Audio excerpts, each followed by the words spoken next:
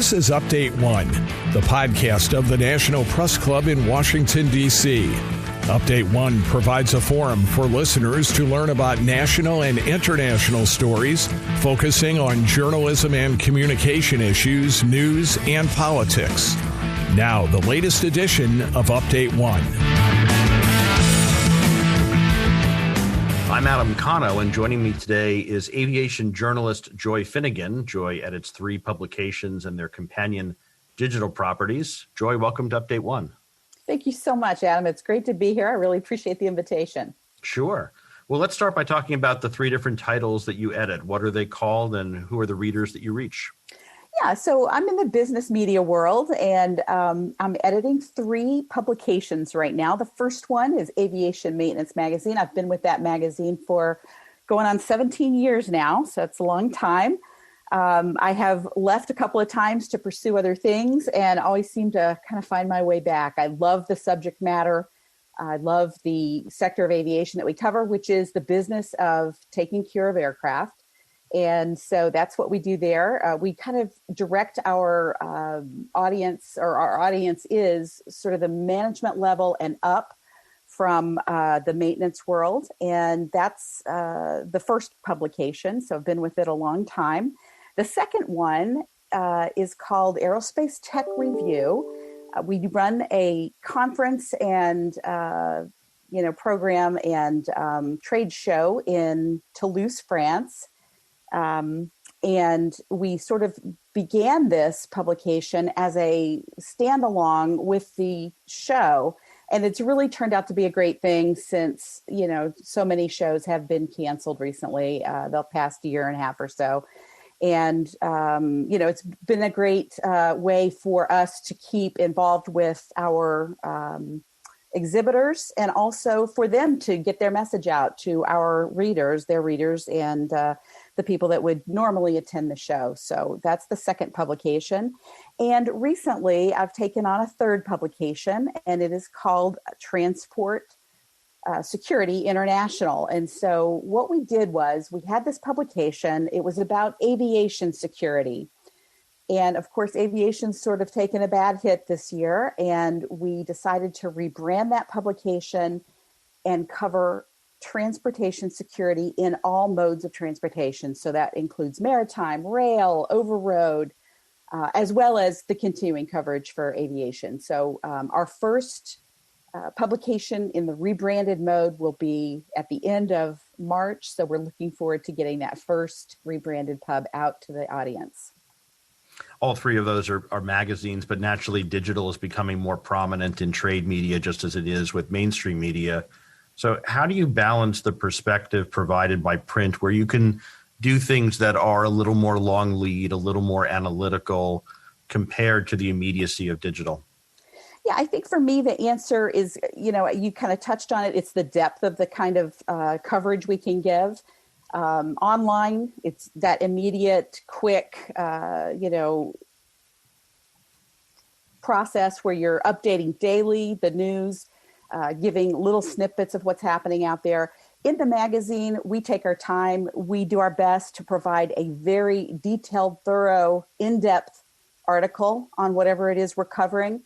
We try to reach out to as many companies as we possibly can to give as many perspectives as we can. And so I think that's really the difference between the two. But, like everything, it's changing, as you well know. We've been in this long kind of process of, going from print to digital. Some magazines have gone all digital. We haven't made that leap yet. We're still producing print magazines for every single one of our publications. And part of that, I presume, is driven by what your readers tell you they want in terms of media consumption habits. It's definitely driven by that. We have a very traditional readership on all the magazines, and they love the print publication. So as soon as we start hearing from them, they don't want it, we'll make that leap. But for now, the resounding answer has been, we love the print. As you said earlier, you've been in aviation journalism for quite a long time, but you started your career as a pilot, as a flight instructor. Beyond the technical knowledge that obviously brings, how do you think those earlier experiences impact your approach to reporting and editing? So I do feel like, it gives me a little bit of an advantage. I've got 4,500 hours as a pilot, an ATP certificate. I've flown for the regional airlines, a startup airline, and that background definitely helps me with my understanding of the whole of aviation. I've spoken the language of aviation since I was 15. I went to the local FBO in Simsbury, Connecticut, and took a $20 discovery flight in a Cessna aircraft. I was hooked. I really loved it so much. I soloed that aircraft before I had my driver's license. And so, that deep knowledge from way back then is very helpful. I've done things like work at that FBO. I've flown charter. I've flown night freight. I've flown skydivers. I've flown the line as a pilot, a regional pilot, and a startup airline pilot. Was there from the very beginning of a startup airline out of Dallas Love Field until the day they shut down right around the time of 9/11. So I've seen firsthand how important developments in the aviation industry can be to those operations. And that for me is the perspective I always bring to the coverage that I'm putting in the magazine. I'm trying to help our readers find the information that is going to make their business run better, run more efficiently, save them money, et cetera, and so forth. So that background in my flight experience really gives me an additional perspective that some may not have. And a quick jargon check just for our listeners, ATP and FBO are? Okay, yeah, ATP is the Airline Transport Pilot Certificate, which allows you to fly not only commercially, but for a commercial airline. And then an FBO is a fixed-based operation. This is a small airport where you would take a flight lesson, buy your fuel for your small aircraft, et cetera. The Boeing 737 MAX crisis, something I think all of our listeners would be familiar with to some extent, was certainly one of aviation's biggest stories in recent years, even before the pandemic hit. What did you notice as a journalist in terms of how that story evolved and was covered by you and your peers? Yeah, so I think the MAX event, I go back to the Challenger disaster that happened in the 80s and how that played out. We learned a lot from that. And over the course of many months, that information slowly came to light about what happened with the Challenger, how there were O-rings and how it was cold and there was pressure to launch.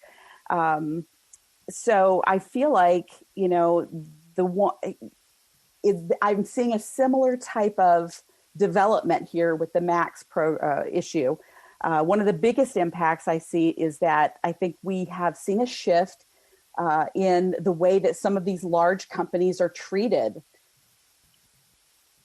I feel like,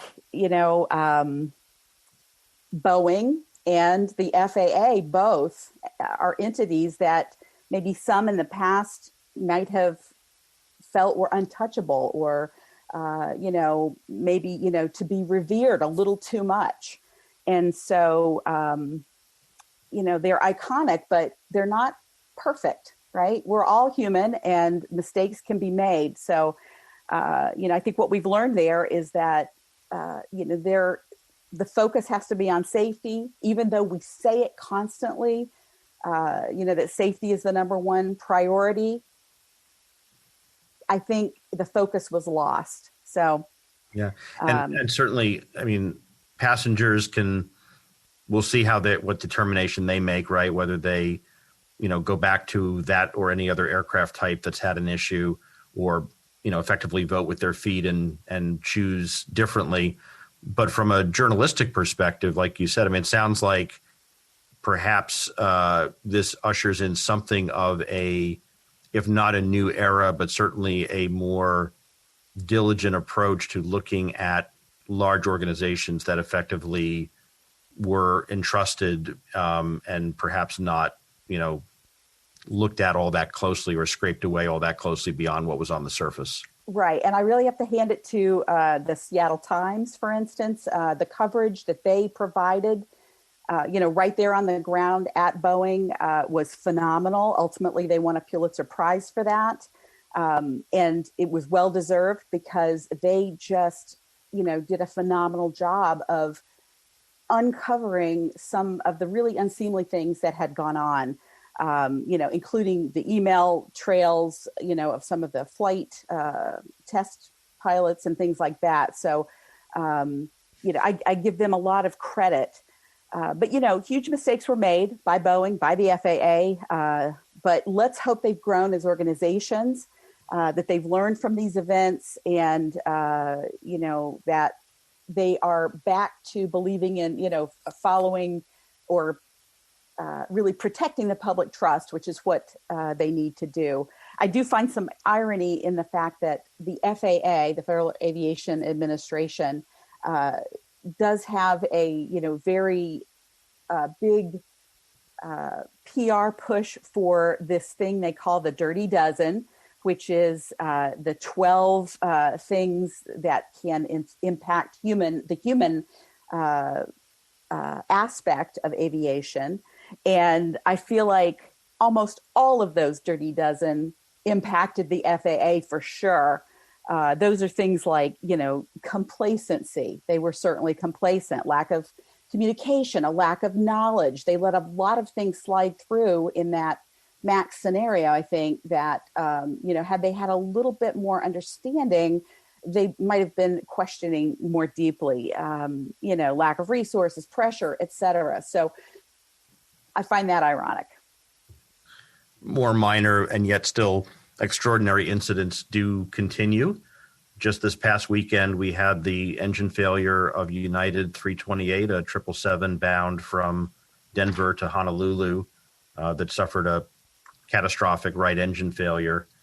Do you perceive that there's more speculation among the media in light of the MAX incidents, or do you think that this will be handled pretty much in line with past precedent? So I think there's always going to be speculation about what happens in any kind of a safety event like this. That's just human nature. We all want to know what happened. And it takes a long time to do a thorough investigation. People are eager to know, is it still safe to get on a 777? Is it still safe to fly a MAX, or is it now safe to fly a MAX? So yes, there's always going to be speculation. That being said, I do think we're seeing actually some progress in terms of these investigations from the NTSB, the FAA, et cetera. 30, 40 years ago, these types of investigations could take years to complete. And I think they're doing a much better job of keeping the public informed now, even though they still take quite a long time to thoroughly research and get all the information put together in one place. I just feel like they're doing a better job of keeping us posted about the things they learn as they go. So yeah, I think that's maybe one change that we're seeing is just a better job of the communication from the investigating authorities. The coronavirus pandemic has had a devastating impact on so many aspects of our economy, but perhaps none more so than commercial aviation. We tend to think of it in terms of passengers, but of course you see the impact through your coverage on pilots, mechanics, cabin crew, ground crew, right? Yes, absolutely. It's been really devastating, as you said. Pilots for sure have been tremendously impacted. Mechanics, yes, they have been impacted, but I feel like there's still a good market for mechanics, actually. If we look at the supply chain side and we look at the cargo carriers, UPS, FedEx, and many, many other ancillary carriers that just do cargo, those companies are thriving right now. They're doing extremely well. They're very busy. So that market is, still continuing to do well. And they're also hiring pilots too. I don't know if you remember this, Adam, but I did take a brief hiatus from the magazine back in 2016, 2017. And I live here in Atlanta. I went over to Delta Airlines. This is their headquarters. And I worked in new hire pilot training for a couple of years. It was a very interesting time. The hiring boom was going crazy. They were hiring sometimes more than 100 pilots a month, which is a lot. And there seemed to be no end in sight. At the time, they had about 13,000 pilots flying at Delta. And they were going to need to replace about 8,000 pilots who were going to retire in the next 10 years. So, excuse me, it was just a phenomenal process to be a part of while they were hiring like that. But since the coronavirus has occurred, hiring has come to a complete stop, and there have obviously been furloughs as well. So, yeah, they went from feast to famine in the blink of an eye. It's a sad thing, but I do believe that we're going to, see a resurgence in air travel. I am bullish on that. And I think that, it may take some time, but it is going to happen, and we'll see. You're not alone on that. Industry analyst Richard Abulafi and others have expressed a good level of optimism. You talked about feast to famine. One of the other things that went towards the famine side, unfortunately, in the pandemic were events, trade shows, including those for aviation, but other industries as well. How do you see those events in terms of their future importance and hopefully their recovery, not just from the traditional perspective, which people look at them as a business development type thing, but from a journalistic one? Yeah, so I think that I do wish I was an oracle and could foresee the future. But we have seen a slowdown or a change in conferences before. They've always seemed to come back, especially in certain industries, aviation being one of those. It's a very personal, important, one-on-one type industry where it's people are very eager to know you personally and to understand that you're a trustworthy person and that they feel good about doing business with you. So I feel like we're going to see a resurgence in shows for sure, but we've got to be safe and careful. It'll certainly only happen after we have some herd immunity built up and the vaccination has been, widely distributed. So there's really nothing like that in-person meeting, especially in our industry. And, I think that the virtual events that are being done now are a great gap filler. And I think they're doing a good job with those. But I also think that we're all so busy right now that when you're at a virtual event, it's much easier to get distracted than it is when you're standing in a hall and you have 5 meetings to go to and you're running from one place to another, and you're, running into people that you haven't seen in a year.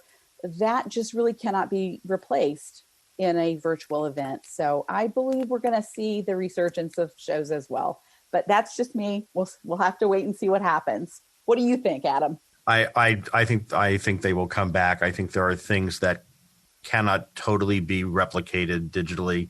I think the interpersonal aspect, right? The Zoom can replace the business part of the meeting. Zoom can't replace the steak dinner that happens that night or the night before. And I think in our industry, that's important.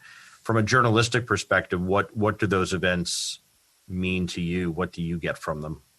I get so much out of them. I mean, it's an opportunity for me to learn about products and services firsthand, to see these things at a booth, to get a demonstration, to have a one-on-one conversation with an executive that I may alternatively never see. Those are things that literally mean the world to me and are so important to my coverage of the industry. I utilize those meetings and events for an entire year. I draw from that information to find sourcing and article ideas, story ideas, things that we're going to cover, podcast ideas, etc. So it is crucial for me as a journalist and a magazine editor to have those experiences and see those products firsthand. A lot of members of the National Press Club are on the communicator side. So I want to end with two quick questions that relate a bit more to PR. The first is, as travel hopefully recovers and vaccination kicks in along with that, airlines are going to have to go back to communicating with passengers and with journalists about things that are more typical as opposed to what they've had to deal with for the last 12 months or so.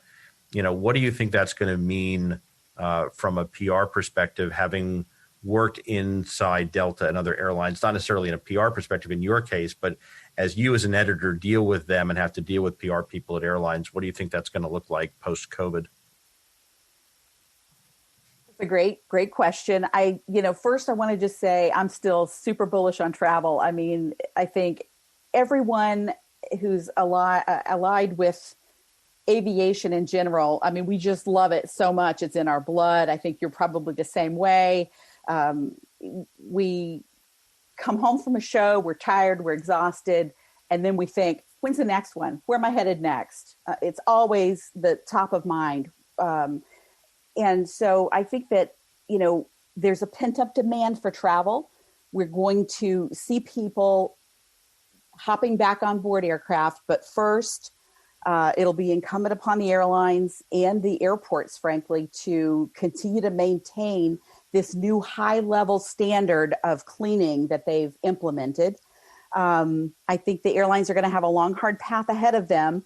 They've lost so much money, right? But it's recoverable. We've seen them lose money before. We've seen them, make profits in the billions, right? From one, feast or famine. So they're going to come back. It's going to be a long, slow path ahead.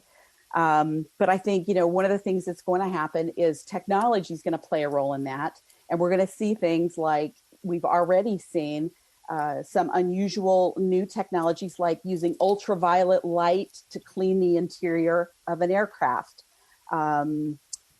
Also using robotics to clean airports. That's happening. It's already happening right now. So it'll be interesting to see how they come up with new ideas and technologies to make people feel like they're really doing a good job of keeping them safe when they're flying. I do think also we're going to see that, we're transitioning to some urban air mobility. There's a lot of talk of that. That's happening in our latest issue of Aerospace Tech Review. We cover the infrastructure necessary to begin to use urban air mobility. This would be things like unmanned aerial vehicles or even, piloted ones, but in a smaller way, sort of like an Uber aircraft, right? So you would call up an Uber to take you from your Manhattan penthouse to JFK, for instance, that kind of thing. So again, it seems super futuristic, but the truth is it's going to happen sooner than you may think. Joy, thank you so much. It's my pleasure, Adam. Thanks so much for having me. Joy Finnegan is editor for Aerospace Tech Review, Aviation Maintenance, and Transport Security International. For Update 1, I'm Adam Konowe.